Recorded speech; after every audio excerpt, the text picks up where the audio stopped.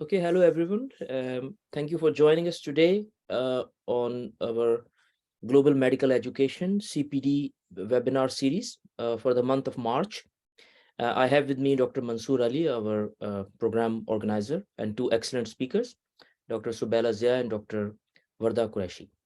So I would like to ask Mansoor to give a brief introduction of the speakers and start today's session. Thank you. Thank you very much. Thank you, Professor Naqvi. I've got great honors to introduce my colleagues here today, actually people that I've trained with and we've studied together. So immense pleasure to introduce Dr. Subela Zia first, who's a board-certified pulmonary critical care and sleep physician based in Silicon Valley, California. Her vision is to make quality care accessible to all in a timely manner by leveraging technology. She's a founder and CEO of a digital healthcare company called Telemedora. She has served as a medical director of sleep medicine and also went through leadership residency during her MBA at Washington University. Her interests are in physician leadership, entrepreneurship, artificial intelligence, and healthcare innovation. So I can just go on and on, I know, but with due to the constraints of the time, I will kind of actually welcome you and ask you to start your session. Thank you very much. Thank you so much, Mansoor, and thank you so much, Naseem, for having me present today's talk. This topic is very near and dear to my heart, and I feel that all physicians should take an active role in leadership and transforming healthcare in current times. So the topic of my talk is the art and science of leadership in healthcare. And thank you for the kind introduction, Mansoor. So let's move on to the next slide here. The objectives of this talk, we are going to talk about why should physicians play an active role in leadership? What is leadership? What are the popular myths about leadership? What makes a great leader? Science of leadership. And then we'll dive into the styles of leadership, something that is called Big Five, which are the five personality dimensions and traits, which play an integral part in the leadership, followed by networking and a wrap-up. And if we have time, maybe during the question and answer session, we can do some post-talk exercises. So why should physicians participate in healthcare leadership? So I asked multiple people around my circle. I asked this question quite a bit, who are in healthcare as leading in clinical roles as well as in non-clinical roles. And those are the most common responses that I got from them. Number one is that as physicians, we have expertise in healthcare. We are considered the experts in our own fields. And then we are perceived as being trustworthy by different stakeholders, by patients as well as our team members and by other clinical departments. The buck usually stops at physicians whenever it comes to the decision-making role. We are trained to be collaborative whenever we are working on our floors, ICU, whatnot. We know how to tie in all the different stakeholders on the floor, from respiratory therapists to nurses to physician assistants, nurse practitioners, as well as social workers, and the list goes on and on. And we are also a bridge between the healthcare team and the patients and their families. And we are very innovative at heart. We are required to keep up with the advances in our own fields, as well as the new innovation that is going out there in healthcare for the most part. And we are a good source of patient advocacy.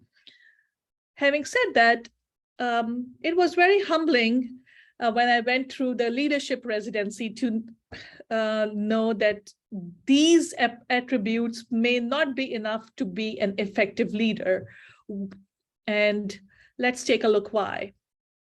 So What is leadership? Leadership has been defined by different people, different leaders in a different way. So the most simplest definition, which is by John Maxwell. He's the author of the best-selling books on leadership called 21 Traits of Leadership that are required to be an effective leaders and so on. And he describes leadership nothing but an influence, nothing more, nothing less.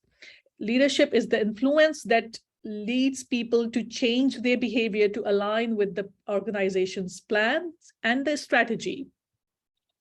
Who is a leader?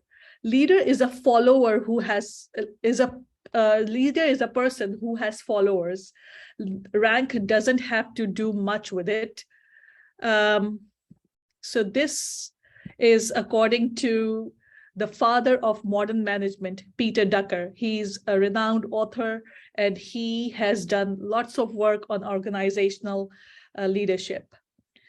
And when Jack Welch, who's the CEO of GE, he's one of the most luminous CEOs of our times. When he was asked about who is a leader, he said that before you are a leader, success is all about growing yourself. When you become a leader, however, success is all about growing others. So there are a few popular myths about leadership. A, everyone can be a leader. This is not true. This is absolutely false. Leadership is an art and a science, and in order to be an effective leader, you have to have not only cognitive skills, some personality traits, but you also have to have emotional intelligence, authenticity, and so on and so forth. Then leaders always deliver business results. False. Had it been the case, it would have been very easy in order to pick up simply the best performing surgeons and physicians in the organizations and put them in the leadership roles. Try doing that, and you will see lots of people deliver suboptimal results. People who get to the top are leaders. False. People can get to the top based on their technical acumen, based on their intellectual acumen, or even their ability to navigate organizational politics, but that does not make them an effective leader. D, leaders are great coaches. You wish. It is rarely the case. For that purpose, there are dedicated leadership coaches, which are part of the organizations.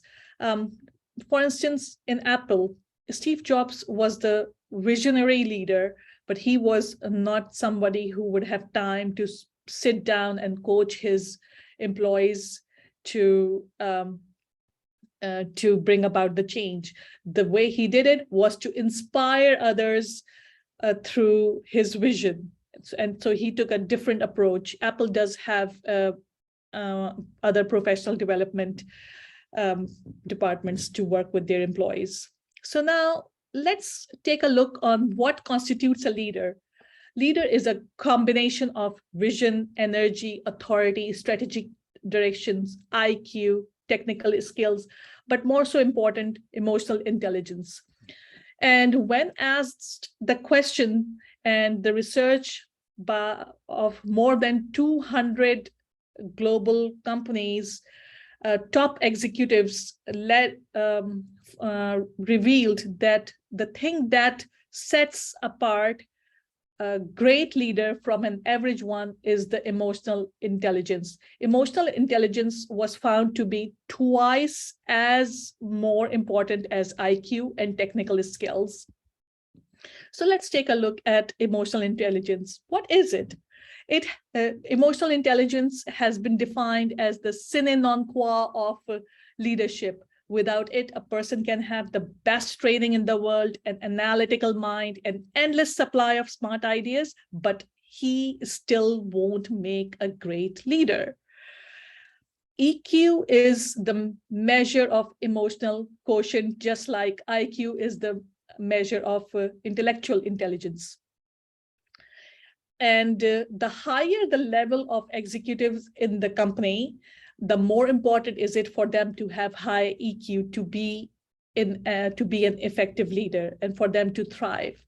So let's take a look at what is emotional intelligence. Emotional intelligence is basically a group of 5 skills that enable the best leaders to maximize their own and their followers' performance.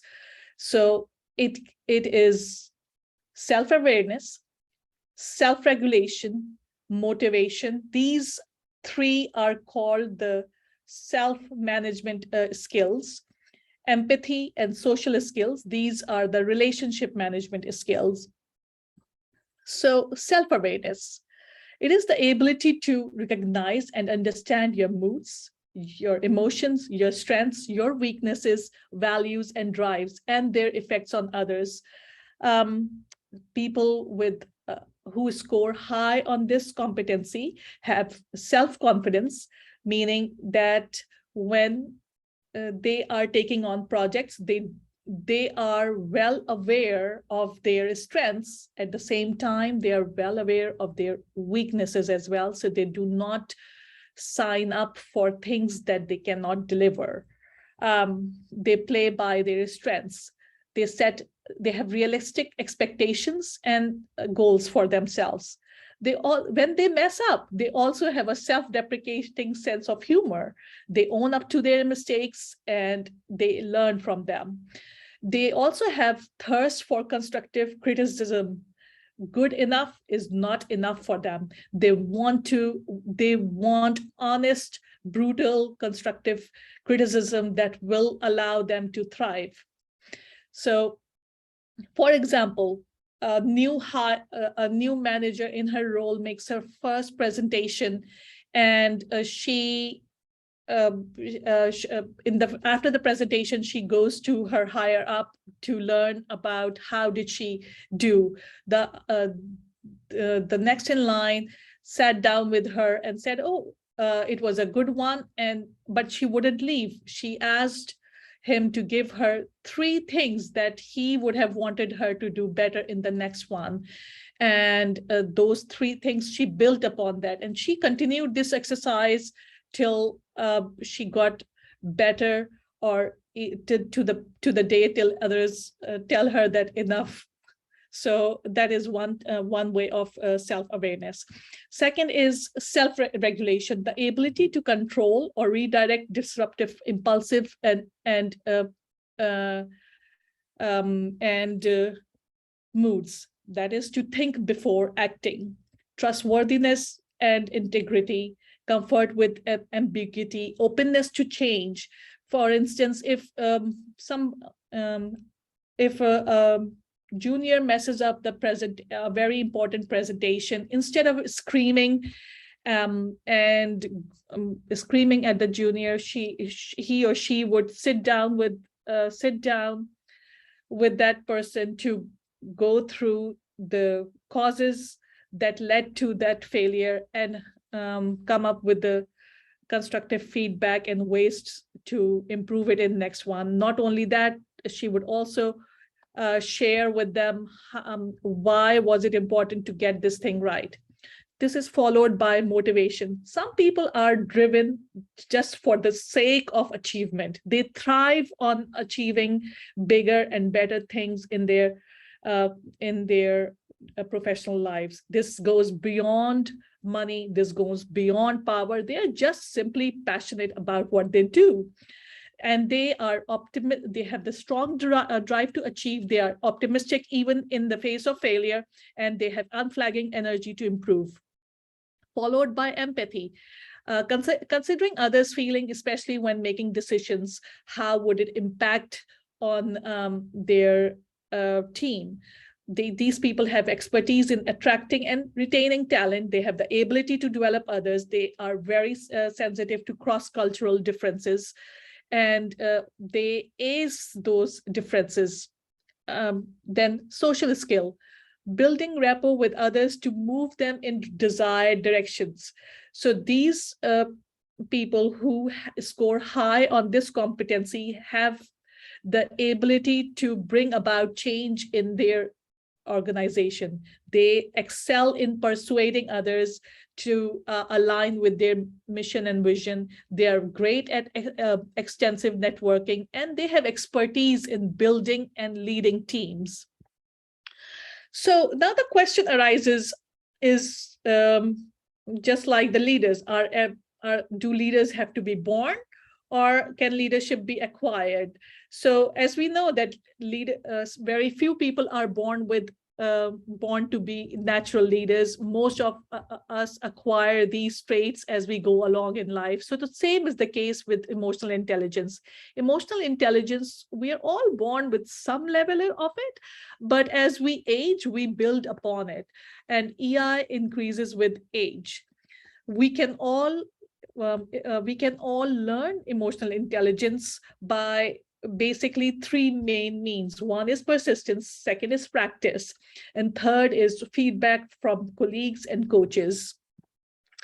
And the science behind leadership is that for the longest part, the organizations were focusing on the wrong part of brain to make effective leaders. They were focusing on the neocortex. They were focusing on on the improving the technical ability of their leaders, the analytical ability to make better business decisions. But they were not focusing on the emotional intelligence. And it turned out that emotional intelligence is basically governed by limbic system, which releases certain neurotransmitters. And these neurotransmitters are important in governing the feelings, impulses, and drives. There are three primary colors of emotions. Basically, this is called a three primary color model of emotions. This was published during the pandemic, and it says just before the pandemic, and they've identified three main neurotransmitters which are which determine our day-to-day emotions from they are norepinephrine, which is released in fight or flight response, dopamine, which helps our reward system and is released when we are happy, and serotonin when we are sad, and it modulates our negative feedback in our system. So moving on to leadership styles, there are 6 basic leadership styles, and each leader may need to learn all these styles and may need to get better at most of them, if not all.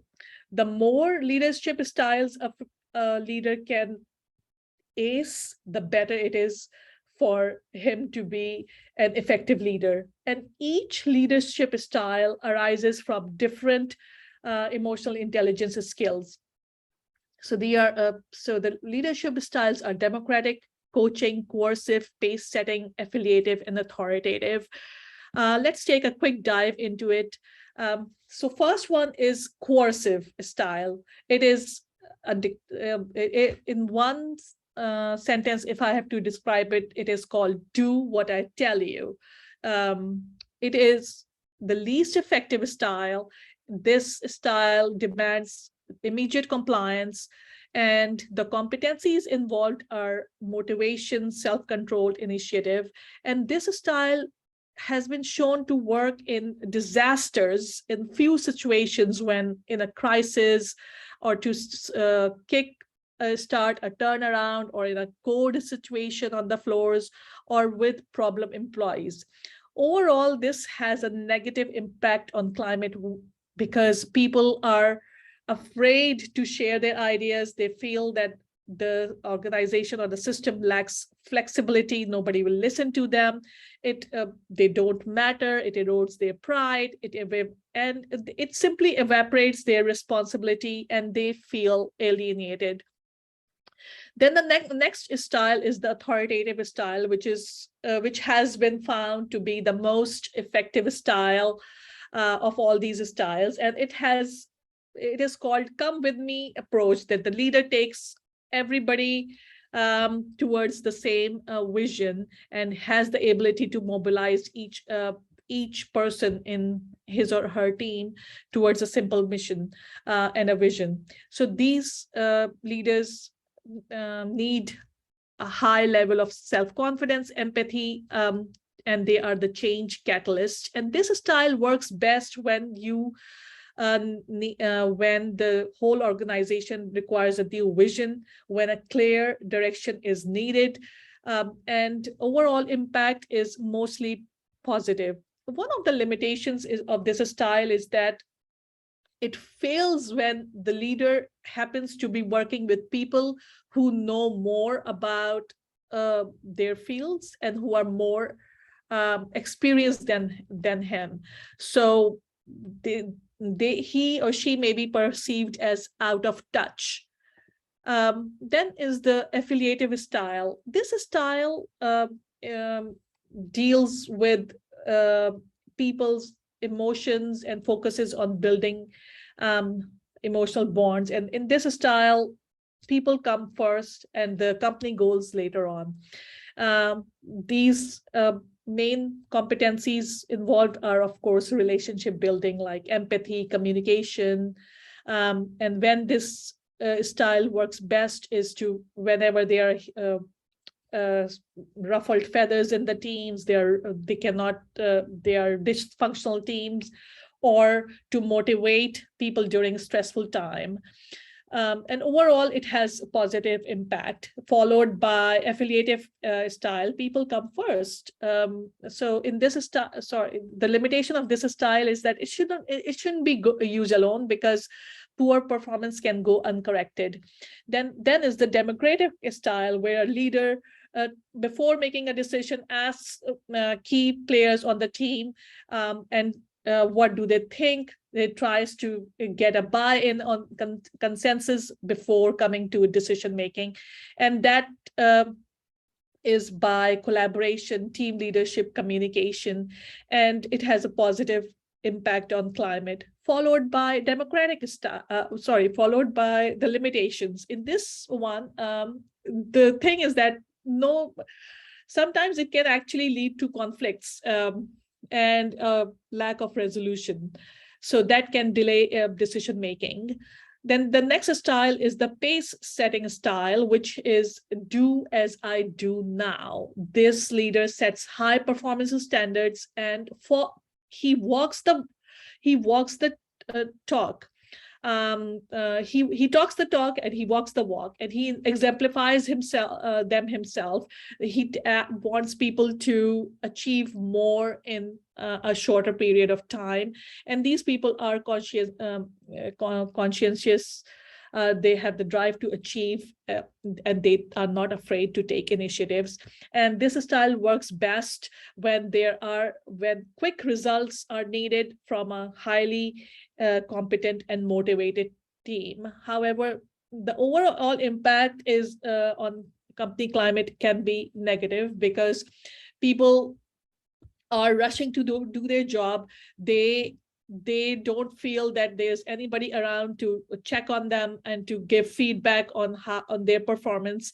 And if they don't perform well, then the leader may just jump in and do it him or herself. And if the leader for some reason ends up leaving the company, then people feel lost. The last style is the coaching style, where a leader takes time to sit down with his employees and it says, hey, try doing it this way. And he is working to develop others in the organization to take his role, and he's grooming others to be an effective leader. And this, apart from developing others, he also exhibits self-awareness and empathy as his competencies.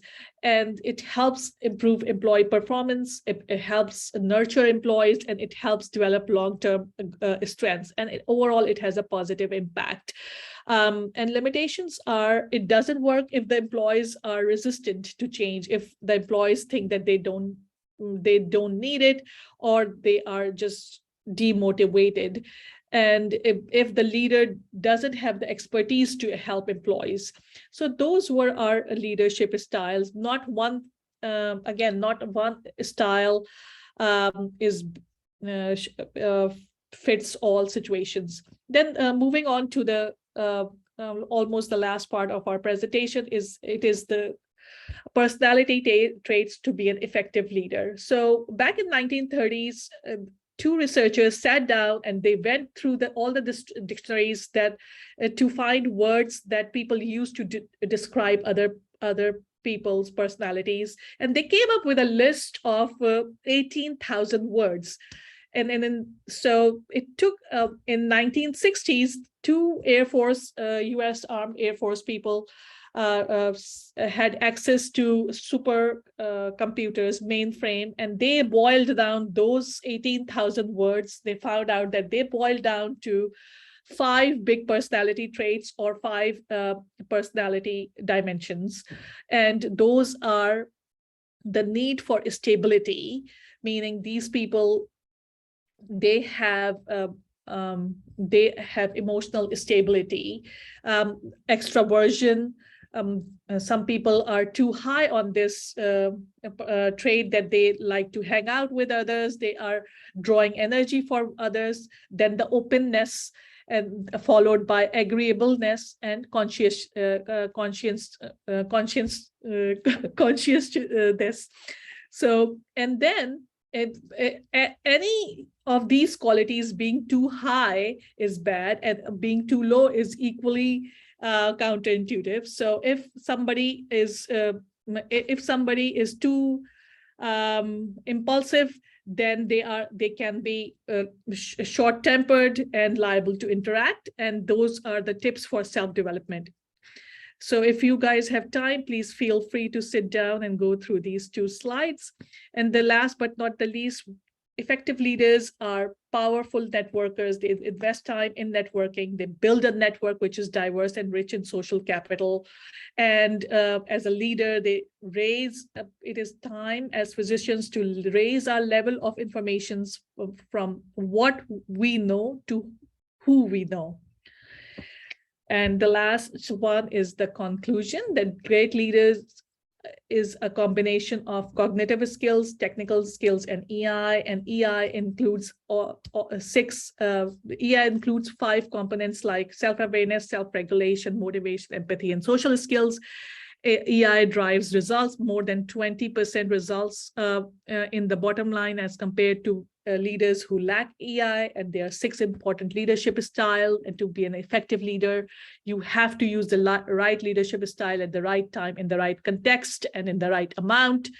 And don't be afraid to work hard on yourself. And last but not the least, remember, words have power. Choose them wisely. Use them at the right time, in the right tone, with the right body language, in front of the right audience. Thank you. Amazing. Thank you very much, Dr. Zia. I think that was really, really inspirational, motivational. I can see a true leader in yourself. I just actually a very quick comment there. I'm sure there are great women leaders, and you are one of them. You kept on using the word his and him and he. So I'm sure that there are examples of great women leaders as well. So yeah. Yes, you're right. So we are less than 20%. So yes. That was just a minor comment there, but yes, no, thank you. Thank you. That was really great. So I think moving on to the next speaker, I've got great pleasure actually inviting Dr. Coercive to come and talk to us. But just before that, I just want to give a bit of an intro about Dr. Coercive. Then we'll, please, before that, can I just make sure that everyone actually got any questions? Please put them in the chat box so we can go through the question and answer section towards the end. And the certificates, Mansoor, we have shared the link. I hope everybody will access it. Excellent. So Dr. Coercive holds over 19 years of multidisciplinary experience in healthcare as clinician, training specialist, healthcare quality specialist, innovation and change management specialist, insurance specialist, basic and advanced life support faculty infection control specialist, human capital specialist, and skilled knowledge in wound management, healthcare facility management, global health. You name it, Dr. Qureshi, you are a specialist in almost every field that I can think of. You're also an editor of a book called Human Capital in the United Arab Emirates, and authored a chapter about healthcare innovation in UAE. So thank you very much. Thanks for giving us a talk on teamwork. The floor is yours. Thank you. Thank you so much, Dr. Mansoor, for such a kind introduction. I hope all of you can hear me clearly. Can I get a confirmation, please? Yes, we can. Sorry, yeah, I was giving my thumbs up. And the slides are visible. You can give me a thumbs up. I know you guys are not allowed to unmute yourselves. You can give a thumbs up that confirms that you can see the slides. Yeah.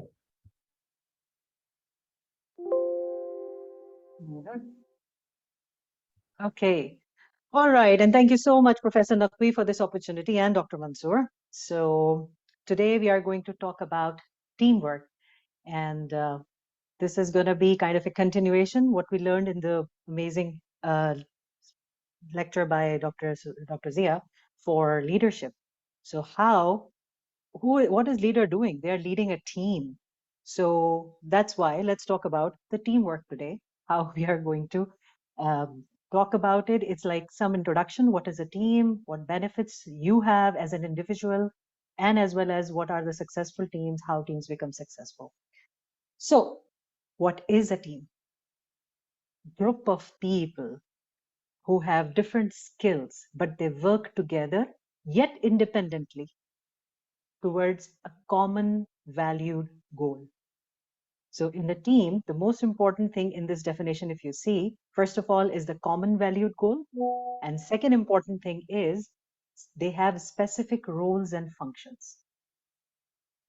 So benefits of a team. Of course, when you have a lot of expertise around you, when you have a lot of expertise around you as your team members, there's always more innovative and creative way of problem solving. And the ability to do analysis or root cause analysis of a problem becomes more stronger. You get an opportunity to learn cross-functional situations, as well as a team, the quality and productivity improves.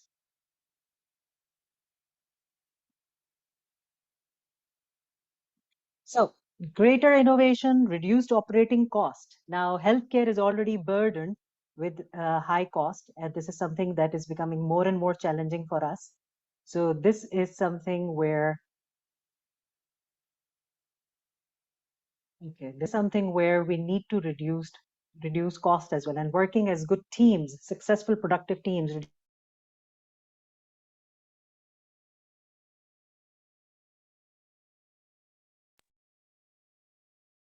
Naseem, is there a problem? I can't see Dr. Qureshi's slides.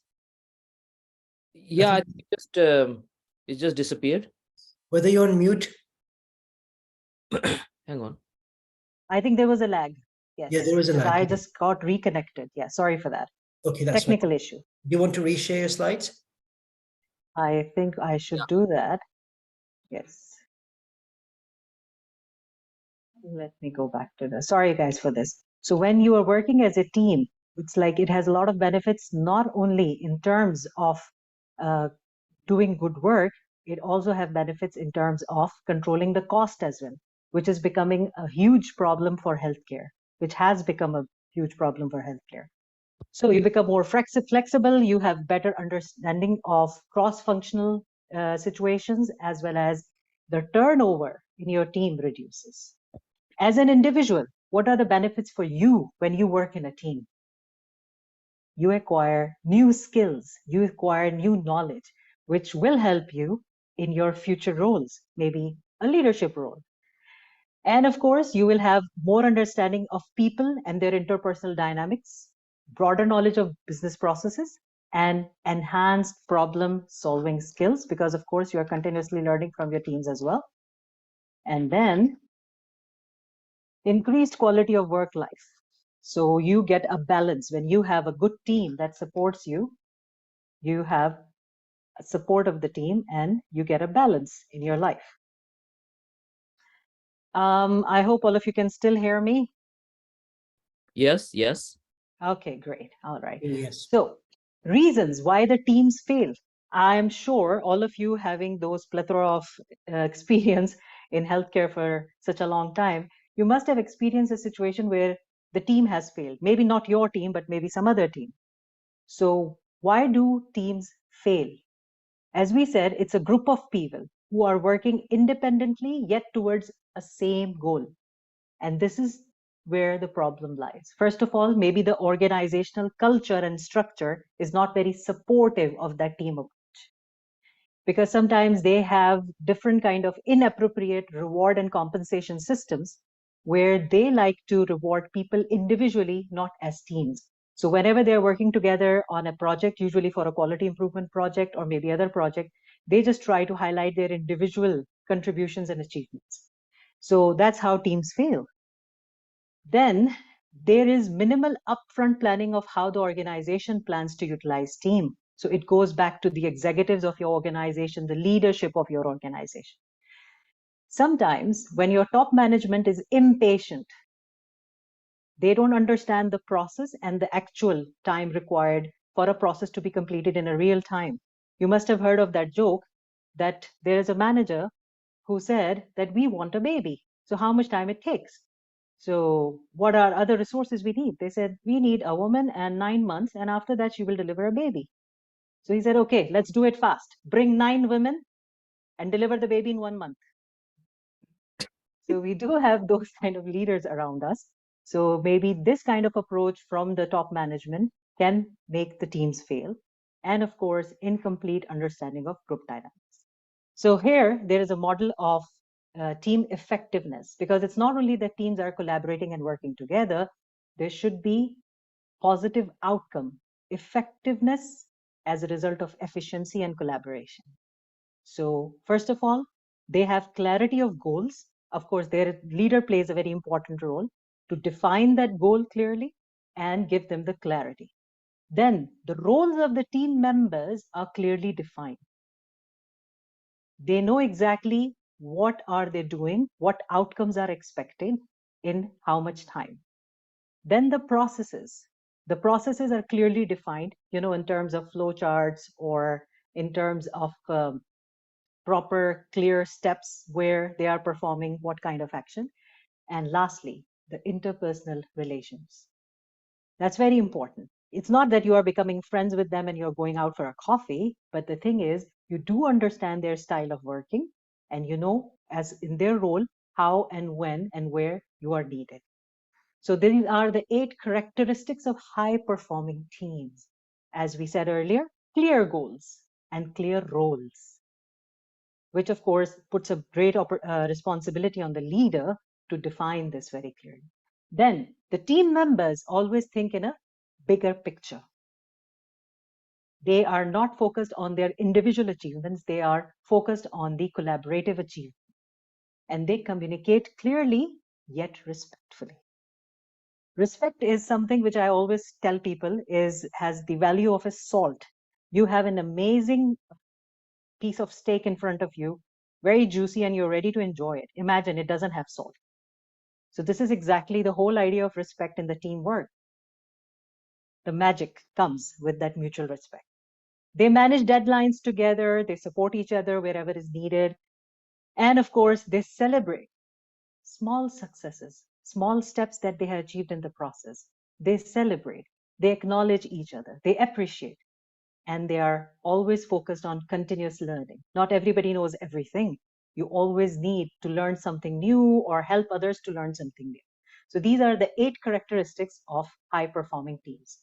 Now, as a leader, as a team member, you should know these 4 stages of team building. Very important.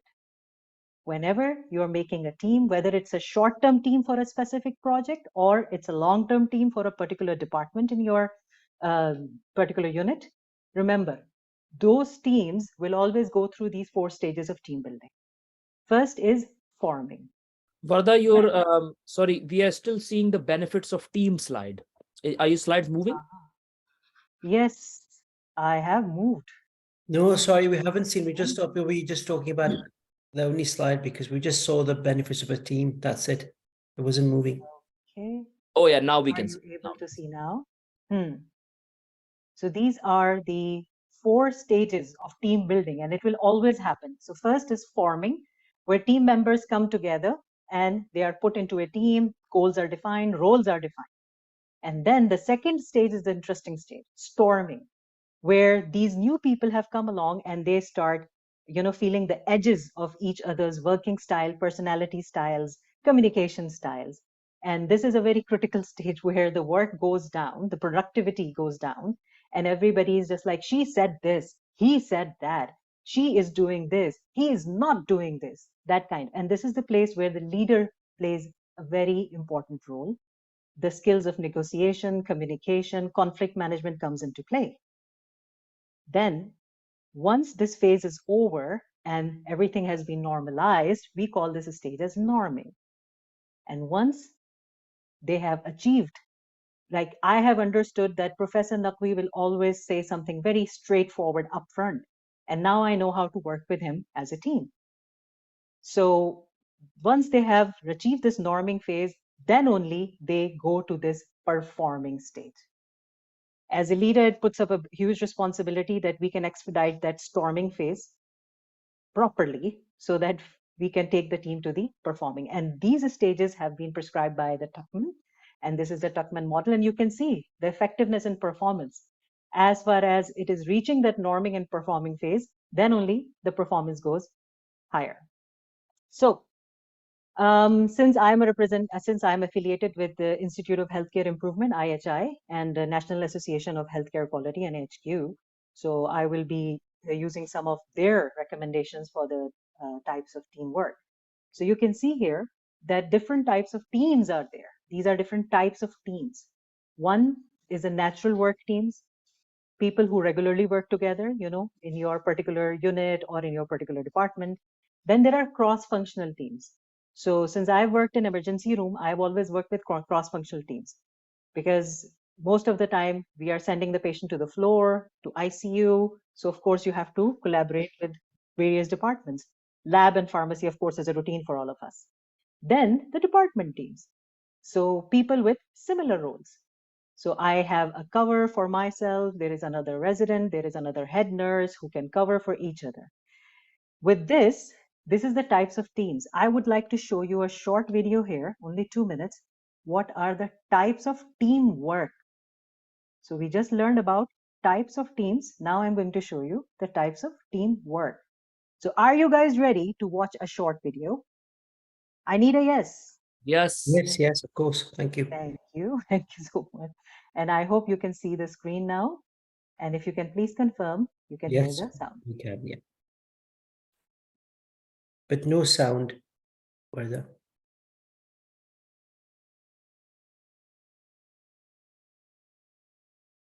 Varda, there is no sound. We can't But hear. are we meant to hear as well, whether there's no sound? Yes, you are. Here we go again. I found that instead of these being 3 distinct types of teamwork, collaboration is. Now it is audible. When you are on the quest to build a high-performing team, Yes, we can hear it's now. important to first understand what mode your team might be operating in. You see, teams operate in a few different modes, each which is best aligned to certain types of projects. The 3 types of teamwork are coordination, cooperation, and collaboration. And these are very different but interrelated, existing on a continuum from simple to complex. In my research, I found that instead of these being 3 distinct types of teamwork, collaboration is really an umbrella that contains cooperation and coordination within it. Most teams coordinate, but far fewer are actually doing collaboration. Some groups and teams may only operate in 1 or 2 zones on a daily basis. But more and more, teams are being asked to move across the levels seamlessly. This means that teams often must switch back and forth between goals, intentions, and skill sets, which can be difficult when our work blends together over the course of our daily schedule.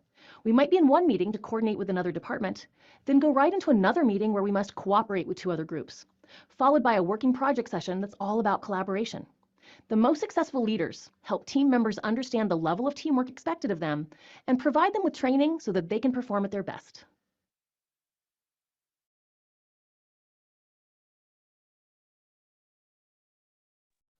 You're on mute, Warda.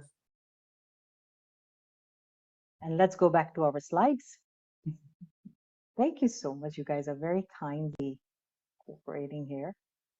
So as per the Institute of Healthcare Improvement, IHI, including the right people on the team is very critical for the success of any project, especially the quality improvement projects. So it's not only reduces the cost, it improves the care in the office practice, patient safety, critical care, and of course the flow of work. And something I've highlighted in yellow down there, as a patient, this is the last thing you want to feel or experience when you're in a hospital or a clinic, that you are feeling that there is tension among the staff members. So it's not only related to the improved work, it is related to improved patient satisfaction as well. Now, let me introduce a term here, which was introduced by IHI during the COVID times, pandemic times, psychological PPE. Yes, there is a PPE for your mental health, for the safety of your psychological wellness. So here, there are different things which were prescribed to the individuals and team leaders. And the most important thing is that we have to make sure that people don't go through that burnout and mental health issues. And what they endorsed here, very importantly, is the time that individuals are spending on their shifts, as well as to have enough adequate team members and backup to support each other. And they highly encouraged the buddy system, where you pair the workers together to serve as a peer for each other. And another thing which was highlighted for the psychological PPE is train the people. Train the people properly, train them well so that they can perform these responsibilities as a team together. So I want to ask you, are you a team player? There's a small quiz. I'm going to drop this link for you in the chat box, maybe now or maybe later. You can take this quiz and you can see that are you a team player? And yes, then of which level? So remember, illness becomes wellness when I is replaced with we. This is the power and magic of the teamwork. And I would like to quote a piece of poetry from Allama Iqbal, which I always wished to do it during my trainings in corporate and other healthcare institutes. But of course, people don't understand Urdu, but here majority of you understand Urdu. So Dr. Mansoor and Professor Naqvi, shall I, if you allow me? Yes, please go ahead. Yeah, go ahead. Definitely. Thank you. It kind of summarizes the whole session today, actually, leadership and the teamwork. So as Allama Iqbal says, Baqal Allama Iqbal, फर्द कायम रब्त मिल्लत से है, तन्हा कुछ नहीं. फर्द कायम रब्त मिल्लत से है, तन्हा कुछ नहीं. मौज है दरिया में, बैरून दरिया कुछ नहीं. So even an individual's success depends upon the collaboration and a successful teamwork. So these are the references. And if you have any question and answers, I'm ready. Thank you. Thank you very much, Warda. That was an excellent talk on team working. Certainly, I actually learned a lot from both these talks. I just want to actually ask Dr. Zia, do you want to go with your post-talk quiz now, or do you want Q&A sessions first? How do you want to do that? I think you're on mute.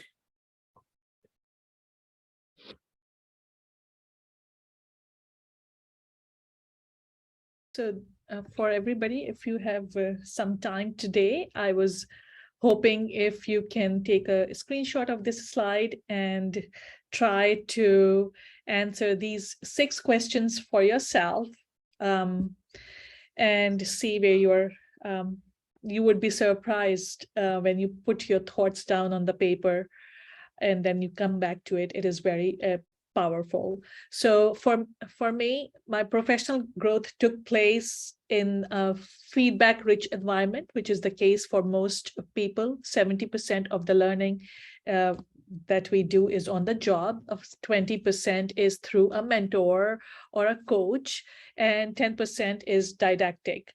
So the 6 questions are, think about what has been the most influential source in your development, and think of the most influential person in your development as a leader. Where do you want to see yourself in 5 years? How would you want that position that you are aiming in 5 years to look like for you? how are you going to achieve it? And by this, you are going to do the reverse engineering. Usually we say that, okay, today, if I have to lose this, I have to do this. So that may not be the most effective way. Look at the journey of others who have reached there, explore it, how, and do the reverse engineering. And or if somebody has become the executive, what other skills and traits that they have? Were they a good speaker? Were they an effective listener? Were they high on their need for stability or low on their need, and things like that? And how are you going to hone those skills? What is it that you already have? Play by your strengths. What is it that you will need to improve your chances of succeeding at your goals? So this may require you to get out of comfort zone. And for instance, some people find it hard to network after putting in 12 hours or whatnot every day in their work, and then they are juggling between family time, work time. But remember, networking is very important, it is very powerful, and it is about not what you know any longer, it is about whom you know. So look for super connectors in your organizations. They are not essentially the people at the helm of affairs, but they could be somebody who can introduce you to others and help you connect with others. So this is what I was hoping if you guys can take some time into. Thank you. I'm sure we'll all be able to do that. Now, actually, there's some Q&As in the chat box. I can actually start with a first question that really struck me from one of your slides, Dr. Zia. I'll start with you first. Sure. You did mention about the popular myths about leadership, and one thing you said, everyone cannot be a leader. Now, what advice would you give to someone who actually goes for a job interview? Leadership questions are always asked in the jobs, and whether it's a healthcare sector or non-healthcare sector. If someone's actually not a born leader, and if someone cannot actually acquire leadership skills, how can they come around, and how can they literally talk about their leadership in a question, suppose, about their leadership styles or leadership related sort of scenarios? I think it's a very difficult question for someone who is not a leader, who cannot become a leader. So we are not all born, thank you for this question, we are not all born as leaders, but they are skills that we can acquire.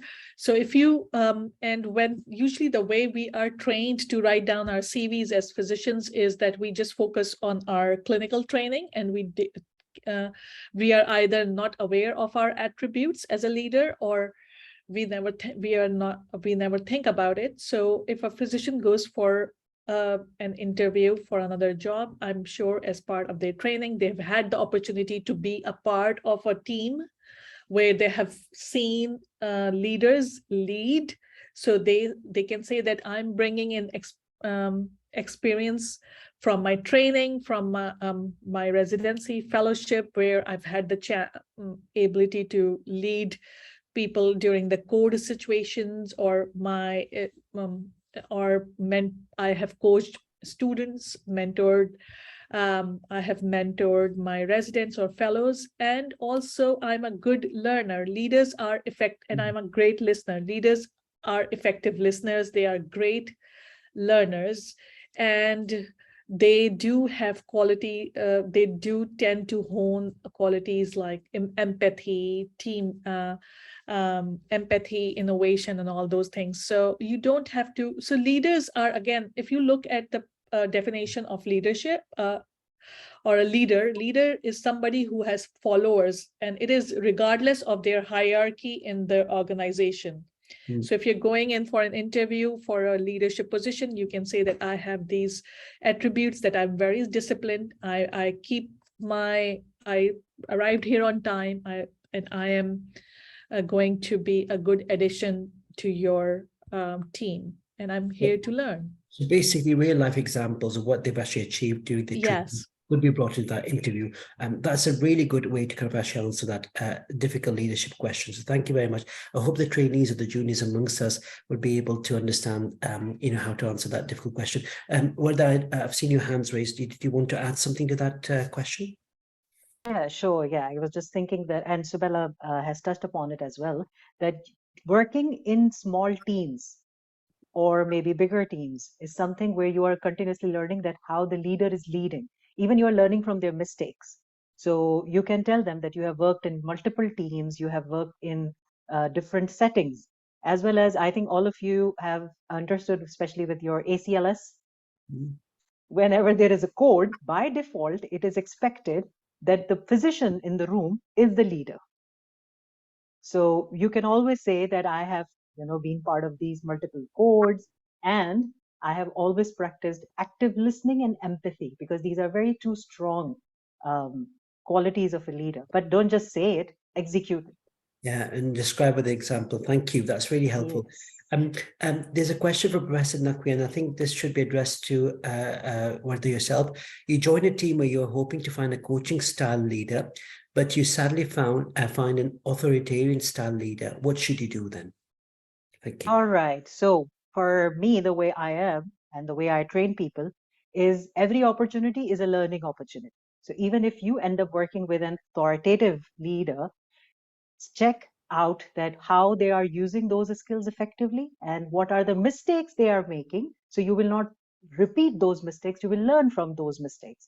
Plus, authoritative leadership is very important, especially when you have change management or process improvement going on in a healthcare organization, because we are kind of designed to follow certain pathways, and we are designed with certain guidelines.